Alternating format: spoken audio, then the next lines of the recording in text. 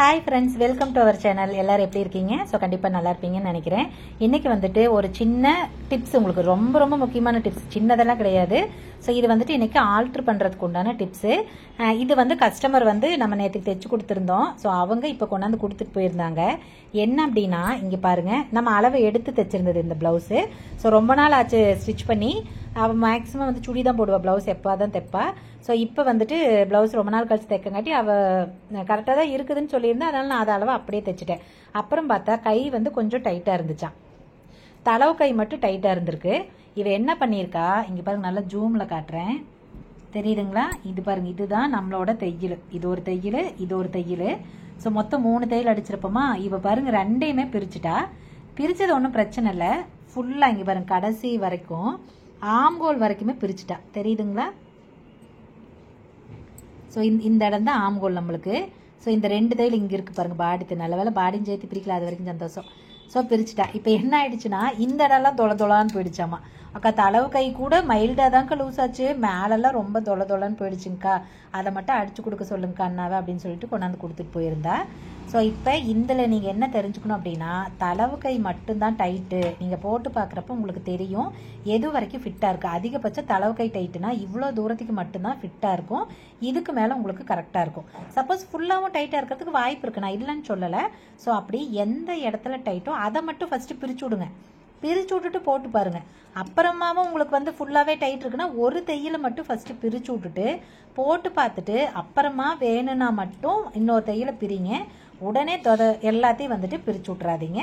So இப்போ வந்து நல்ல வேலை இங்கேயே நம்ம இருக்கிறோம், தைச்சு கொடுக்கறதுனால தப்பு இல்லை. ஒரு வேளை தூரத்துலேருந்து தைச்சு வாங்கிட்டு வந்தால் இது எப்படி போட முடியும்? தொலைன்னு அசிங்கரமாக இருக்காது. ஸோ இப்போ என்ன பண்ணணும் அப்படின்னா, இப்போ அண்ணா வந்து தைக்க போகிறாங்க. நான் எப்படி தைப்பாங்கன்னு சொல்கிறேன். அவள் என்ன சொல்லியிருந்தானா, இந்த இடத்துல கொஞ்சம் இப்படி பாதி வரைக்கும் தைச்சிருங்கக்கா, ஒன்றும் பிரச்சனை இல்லை அப்படின்னா. ஸோ இந்த பாதியில் ஆரம்பித்து கை வர இங்கே பாருங்கள், இந்த ஆம்கோல் கிட்ட தான் நம்ம கொண்டு வந்து விடணும். ஸோ அதே மாதிரி அவகிட்ட கேட்டேன், ஏகன்னு கை மட்டும்தான் லூஸாக இருக்கா இல்லை பாடி லூஸாக இருக்கான்னு கேட்டேன். இல்லைங்க, பாடியெல்லாம் கரெக்டாக இருந்ததுங்கக்கா, கை தான் கொஞ்சம் டைட்டாக இருக்கான்னு கேட்டேன். பாடியெல்லாம் கரெக்டாக இருந்ததுங்கக்கா, கை மட்டும்தான் டைட்டாக இருந்துச்சு அப்படின்னா. அப்போ நம்ம ஆம்கோலை டச் பண்ணவே கூடாது. ஆம்கோல் அதே அளவில் இருக்கணும். ஒருவேளை நான் தள்ளி அடிச்சிட்டேன் அப்படின்னா அவளுக்கு ஆம்கோல் லூஸ் ஆயிரும், பாடியும் இந்த இடத்துல தூக்கிட்டு, இந்த துணி வந்து இப்படி தூக்கிட்டு இருக்கு கைக்கிட்ட.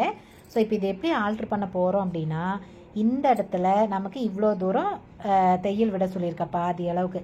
இங்கிருந்து இதை அப்படியே கிராஸாக கொண்டு வந்து பழைய ஆம்கோலில் விட்டுற போகிறோம், சரிங்களா? ஸோ இப்போ பாருங்கள் எப்படி அடிக்க போகிறாங்க அப்படின்னு. நான் முடிஞ்ச அளவுக்கு பக்கத்தில் காட்டுறேன்.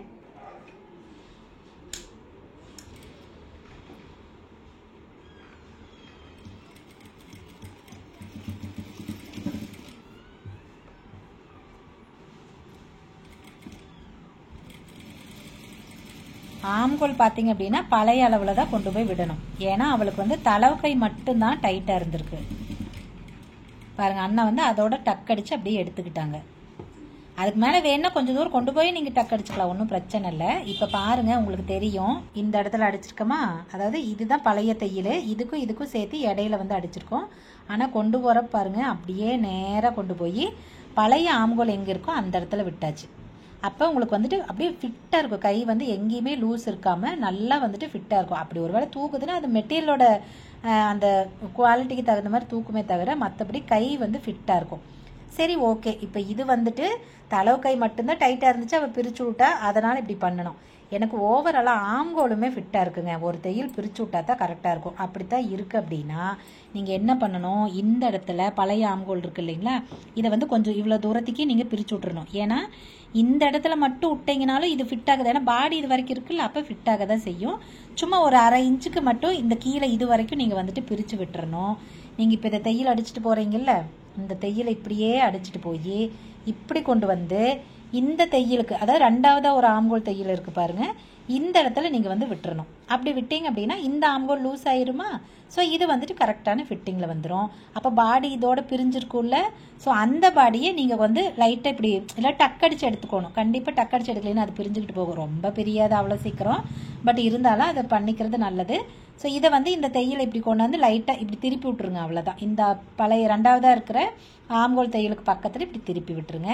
அப்போ ஆட்டோமேட்டிக்காக இந்த ஆம்கோல் லூஸ் ஆயிரும். அப்போ உங்களுக்கு வந்துட்டு போட்டுக்கிறதுக்கு கம்ஃபர்டபுளாக இருக்கும். ஸோ எந்த இடத்துல லூஸு டைட்டோ அந்த இடத்த மட்டும்தான் நீங்கள் பண்ணணும். எங்களுக்கு அவங்க சொன்னது தளவு கை மட்டும்தான். ஸோ அதனால் நான் தளவு கை மட்டும்தான் பிடிச்சிருக்கேன். அது கிராஸ் கொண்டு போகிறப்ப பாருங்கள், இப்போ நீங்கள் கேட்கல ஏன்க்கா தளவு கையினாலும் ஆம்கோல் இங்கே இருக்குல்ல, அப்போ இந்த இடத்துல அவங்களுக்கு வந்து டைட்டாக தானே இருந்திருக்கும் அப்படின்னு கேட்கலாம். கரெக்டு தான். இப்போ நான் பிடிச்சிட்டு போகிற பாருங்கள், இதுதான் ஃபஸ்ட்டு தையல், இது வரைக்கும் கை இருந்திருக்கு. அப்போ ஆட்டோமேட்டிக்காக இதுலேருந்து ஒரு 1/2 இன்ச்சுக்கு மொத்தத்துக்கு சொல்கிறேன், 1/4 இன்ச் 1/4 இன்ச் 1/2 இன்ச்சுக்கு இதுவே இங்கே லூஸ் கொடுத்துருமில்ல, அப்போ எனக்கு ஆட்டோமேட்டிக்காக சரியாக போயிடும் இல்லையா, அந்த லூஸ் வந்து சரியாக போயிடும் இல்லையா, அதனால் கண்டிப்பாக உங்களுக்கு வந்துட்டு ஃபிட் ஆயிரும். ஓகே, இப்போ கையில் வந்துட்டு எப்படி ஆல்ட்ரு பண்ணுறது அப்படின்னு நான் சொல்லியிருக்கேன். கண்டிப்பாக இந்த விஷயம் உங்களுக்கு புரியும்னு நினைக்கிறேன். புரியல அப்படின்னா கேளுங்க, இன்னும் கொஞ்சம் கூட நான் எனக்கு தெரிஞ்சதுவே தெளிவாக தான் சொல்லியிருக்கேன். எனக்கு தெரியல, நீங்களும் இதே மாதிரி உங்களுக்கு எந்த இடத்துல லூஸ் டைட் இருக்கோ அந்த இடத்த மட்டும் நீங்கள் ஆல்ட்ரு பண்ணுங்கள். இப்போ வந்து தைச்சாச்சு, பக்கத்தில் இன்னொரு தையல் அடிச்சு கொடுக்கணும். இல்லை 3 தையல் இருந்தால் தானே நல்லாயிருக்கும். இன்னொரு தையல் பிரித்தா கூட இன்னும் 2 தையல் இருக்கும் இல்லையா, அதனால் அண்ணா வந்து கடைசியாக வந்துட்டு இன்னொரு தையல் அடிக்கிறாங்க. ஆனால் வெறும் 2 தையல் எப்பயும் கொடுக்காதீங்க. ஸோ இங்கே பிரித்தோம் அப்படின்னா கடைசியாக வந்துட்டு இன்னொரு தையல் அடிச்சுக்கோங்க. இப்போ இதே மாதிரி இன்னொரு கையும் அடிச்சுக்கலாம். இன்னொரு கை அடிக்கிறப்ப நீங்கள் அப்படியே அடித்தாலும் அடிங்க, இல்லைன்னா பழைய கையோட அளவு இருக்குது பார்த்தீங்களா, சுற்றளவு, அதை செக் பண்ணிவிட்டு அந்த அளவு பார்த்து நீங்கள் அடிச்சிங்கனாலும் ஓகே தான், அது உங்கள் பிரியம். அண்ணா பாருங்கள், அந்த ஃபஸ்ட்டு நம்ம ஒரு கை அடிச்சிட்டோம்ல, அந்த கை அளவை வச்சு அந்த இடத்துல வச்சு அப்படியே அடிச்சுக்கிறாங்க. உண்மையெல்லாம் ஆல்ட்ரு பண்ண தெரியணுங்க, சும்மாலாம் தைக்க தெரிஞ்சாலும் ஒன்றும் பண்ண முடியாது. ஆல்ட்ரு நீங்கள் எவ்வளோ நீட்டாக பண்ணி கொடுக்குறீங்களோ அந்த அளவுக்கு தான் ஃபிட்டிங்கும் கரெக்டாக இருக்கும். உங்களுக்கும் வந்துட்டு டவுட்டே வராது. எந்த இடத்துல ஆல்ட்ரு தேவையோ அந்த இடத்துல கரெக்டாக பண்ணிக்க முடியும். ஓகே, கண்டிப்பாக இன்றைக்கி சொன்ன இந்த யூஸ்ஃபுல்லான டிப்ஸ் வந்து கண்டிப்பாக எல்லாத்துக்கும் யூஸ்ஃபுல்லாக இருக்கும்னு நினைக்கிறேன். யூஸ்ஃபுல்லாக இருந்துச்சு அப்படின்னா கமெண்ட்டில் சொல்லுங்கள். அதே மாதிரி உங்கள் ஃப்ரெண்ட்ஸுக்கெல்லாம் வந்துட்டு ஷேர் பண்ணி விடுங்க தேவையானவங்களுக்கு. இதே மாதிரி இன்னும் நிறைய வீடியோஸ் வந்து வந்துகிட்டே இருக்குது. ஸோ கண்டிப்பாக நம்ம சேனலை சப்ஸ்கிரைப் பண்ணிக்கோங்க. இதே மாதிரி இன்னும் ஏதாவது ஒரு விஷயம் உங்களுக்கு தேவைப்படுது அப்படின்னா கமெண்ட்டில் சொல்லுங்கள். கண்டிப்பாக அதுக்கு வந்துட்டு நம்ம வீடியோ போடலாம். ஓகேங்க, இந்த வீடியோ இதோட முடியுது. நம்ம இன்னொரு வீடியோவில் பார்க்கலாமா? பாய். ஸோ இதில் என்ன காமெடி அப்படின்னா, இவ்வளோலாம் அவளுக்கு டைட்டே இல்லைங்க. பழைய தையல்லேருந்து ஒரு மொத்தத்துக்கே வந்துட்டு 1/4 இன்ச்சு தான் வந்துட்டு அவளுக்கு டைட்டாக இருந்திருக்கு. அப்புறம் நான் வந்தோடனே கையை விட்டு பார்க்க சொன்னேன், இவ்வளோ எப்படி என்ன டைட் வரும், ஸோ அவ்வளோலாம் வர வாய்ப்பே இல்லையா, அது அப்படி இருந்தால் பாடியே உனக்கு வந்து குண்டாயிருக்கணுமே, எங்கேயாச்சும் போட்டு காட்டுனா சும்மா இப்படின்னு கையை உள்ள விட்டாலே தொலைன்னு இருந்துச்சு. அப்புறம் என்னடா இவ்வளோ லூஸாக இருக்குது அப்படின்னா, தெரியலக்கா நான் சேர்த்து பிரிச்சுட்டேன் போல இருக்குது அப்படின்னா. அப்புறம் சரி கையோட எங்கேயே போட்டு காட்டுன்னு சொல்லி அப்புறம் இங்கேயே ட்ரையல் பார்த்தா தொலைன்னு இருந்துச்சு. அப்புறம் பழைய தையலுக்கு பக்கத்திலே ஒரு தையல் அடிச்சு விட்டு 1/4 இன்ச்சுக்கு மொத்தத்துக்கே 1/4 இன்ச்சு வர மாதிரி அடிச்சு விட்டு வந்து பண்ணி கொடுத்துச்சு. அப்போ கரெக்டாக போச்சு. ஸோ இந்த மாதிரி நிறைய கஸ்டமர் தெரியாதேன்னு சொல்லுவாங்க. முடிஞ்ச அளவுக்கு நீங்கள் கண்ணில் பார்த்துட்டு அதுக்கப்புறமா அதை ஆல்டர் பண்ணுங்க.